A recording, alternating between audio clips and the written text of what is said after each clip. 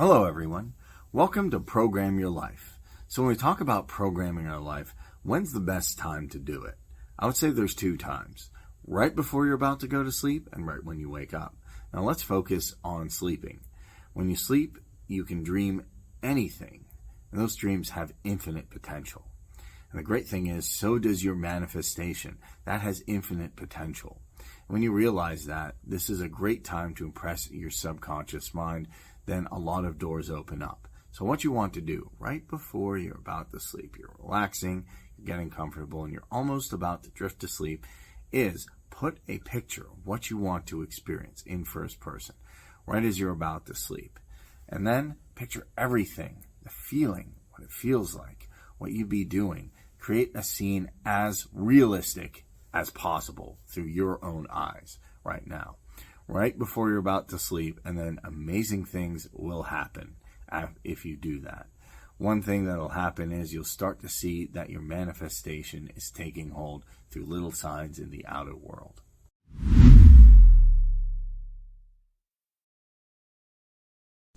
Now here is a practical technique. The first thing you do, you must know exactly what you want in this world. When you know exactly what you want, make as lifelike a representation as possible of what you would see and what you would touch and what you would do and physically moving in such a state. For example, suppose I wanted a home, but I had no money, but I still know what I want. I, without taking anything into consideration, I would make as lifelike a representation of the home that I would like, with all the things in it that I would want. And then, this night, as I would go to bed, I would, in a state, a drowsy, sleepy state, the state that borders upon sleep, I would imagine that I am actually in such a house, that were I to step off the bed, I would step upon the floor of that house. Were I to leave this room, I would enter the room that is adjacent to my imagined room in that house. And while I am touching the furniture and feeling it to be solidly real, and while I am moving from one room to the other in my imaginary house, I would go sound asleep in that state. And I know that in a way I could not consciously devise, I would realize my house. I have seen it work time and time again. If I wanted promotion in my business, I would ask myself what additional responsibilities would be mine were I to be given this great promotion. What would I do? What would I say? What would I see? How would I act? And then in my imagination, I would begin to see and touch and do and act as I would outwardly see and touch and act were I in that position. If I now desired the mate of my life, were I now in search of some wonderful girl or some wonderful man, what would I actually find myself doing that would imply that I have found my state? For instance, suppose now I was a lady. One thing I would definitely do, I would wear a wedding ring. I would take my imaginary hands and I would feel the ring that I would imagine to be there. And I would keep on feeling it until it seemed to me to be solidly real. I would give it all the sensory vividness I am capable of giving anything. And while I am feeling my imaginary ring, which implies I am married, I would sleep. This story is told us in the Song of Songs, or the Song of Solomon. It is said, at night on my bed, I sought him whom my soul loveth. I found him whom my soul loveth, and I would not let him go until I brought him into my mother's house, right into the chamber of her that conceived me. If I would take that beautiful poem and put it into modern English, into practical language, it would be this. While sitting in my chair, I would feel myself right into the situation of my fulfilled desire. And having felt myself into that state, I would not let it go. I would keep that mood alive, and in that mood, I would sleep. That is, taking it right into my mother's chamber, into the chamber of her that conceived me. You know, people are totally unaware of this fantastic power of the imagination. But when man begins to discover this power within him, he never plays the part that he formerly played. He doesn't turn back and become just the reflective life.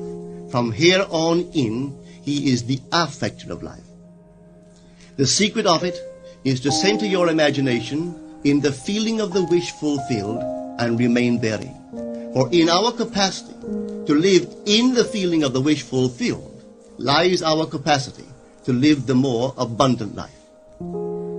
Most of us are afraid to imagine ourselves as important and noble individuals, secure in our contribution to the world, just because at the very moment that we start our assumption, reason and our senses deny the truth of our assumption.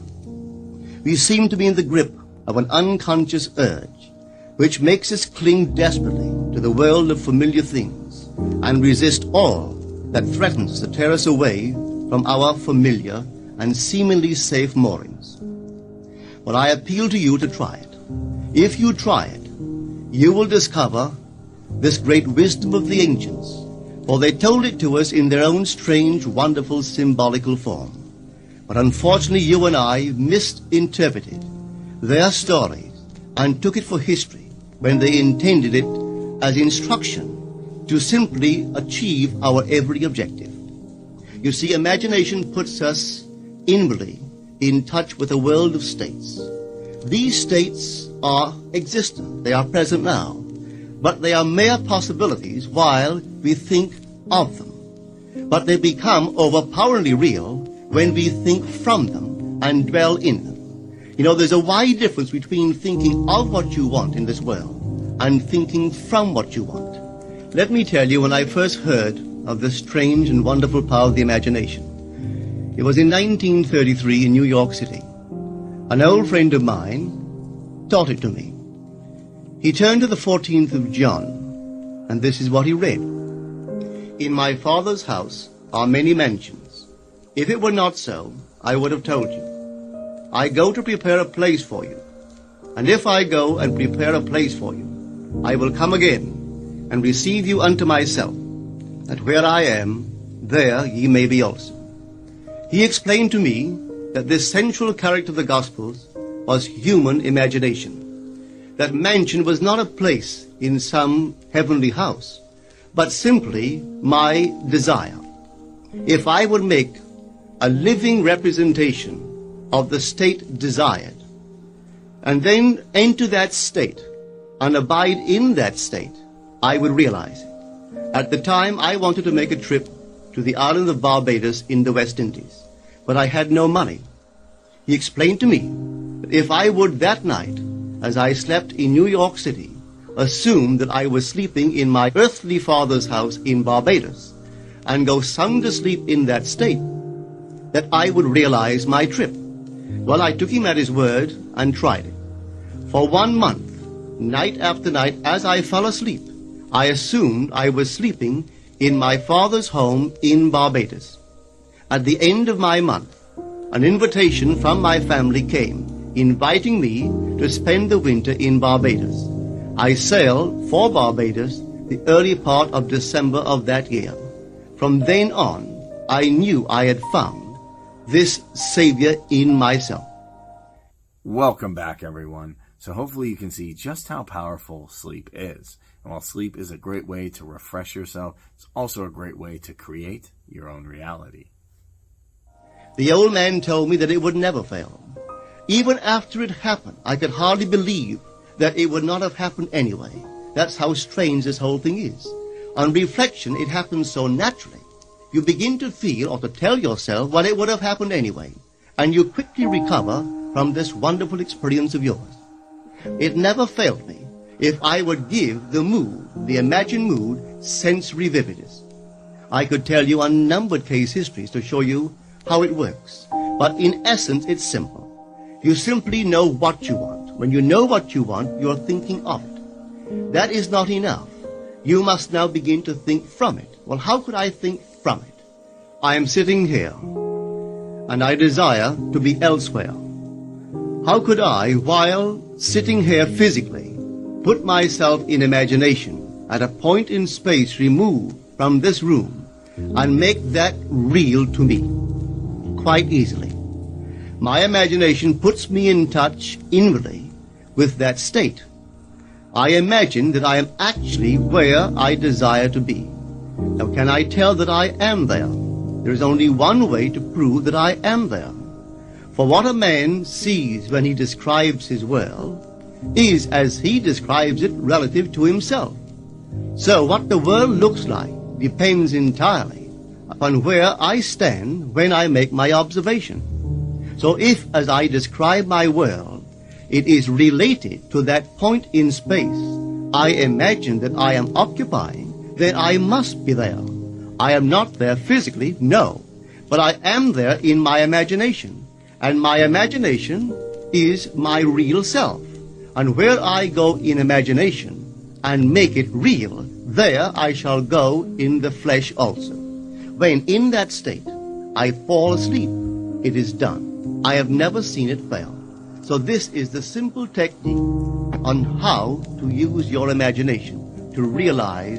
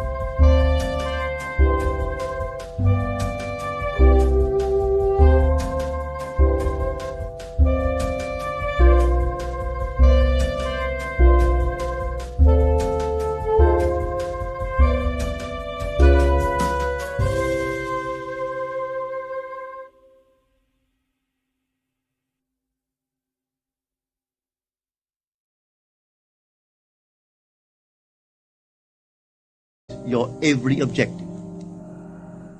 Welcome back, everyone. So I hope you enjoyed that and it was helpful. The key here is right before you're about to sleep. You got your pillow, you're ready to relax, you're about to go to bed. But then you bring in that scene. What does that scene look like? What does it feel like? What emotions are you feeling? What are you tasting, touching, smelling? What are you doing? Who are you with? Bring in that scene, first person. Doesn't have to be super long. Just bring it long enough to impress the subconscious mind. Could even be a few seconds and really feel that scene. That is the key. Bringing in that scene and really feeling it. I think the fundamental difference between just visualizing and truly imagining is bringing in that feeling. And when you bring in that feeling, then you start to create a whole amazing reality. And this reality can be whatever you want. An amazing relationship, could be finances, could be health, could be spiritual experiences. But just know the key is right before you go to sleep, bring in that scene and then enjoy the amazing things that happen. Hope this was helpful. If it was, hit that subscribe button. I'll catch you in the next video.